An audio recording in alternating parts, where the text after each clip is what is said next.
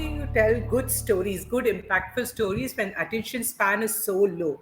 It takes just a second for people to skip to the next page. So I want to give you some examples of great storytelling done in a succinct fashion, just right for our age of low attention span. This is an ad for Economic Times which I saw 30 years back.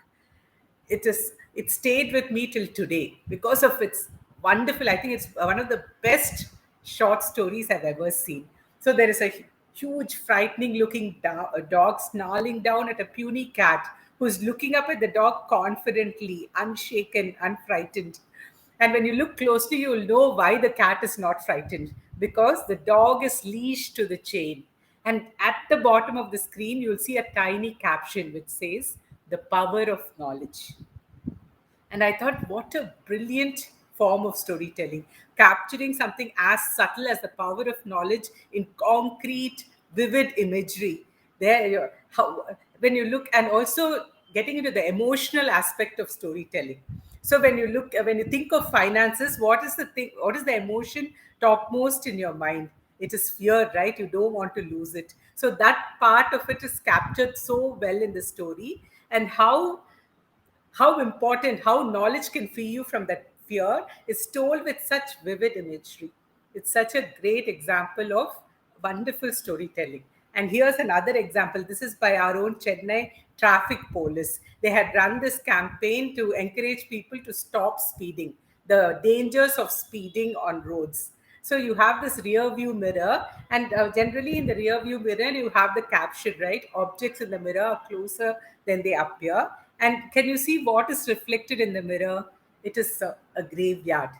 So again, it's such a succinct and beautiful way of capturing the message. Speed. If you speed, don't think the danger is very close when you're speeding. That's what this image says, and it says it so vividly, and it captures all the best aspects of great storytelling. And what is the thing about this type of stories that make it interesting, make it memorable? First, why do such stories make you stop scrolling? Because this kind of stories are structured like a puzzle.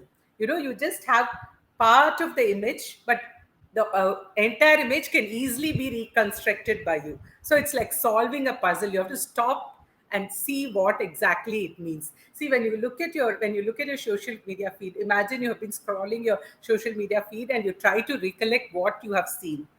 You would have forgotten most of what you would have seen, but one thing, the things you'll remember are those which provoked you into thinking, like a question or a poll or a puzzle. So these stories are structured like a puzzle. And another thing that makes these stories interesting, memorable, is that you have to complete these stories in your mind.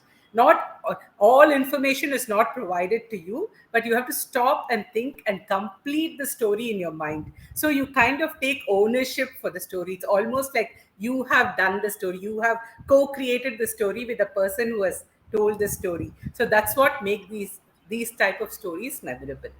Thank you.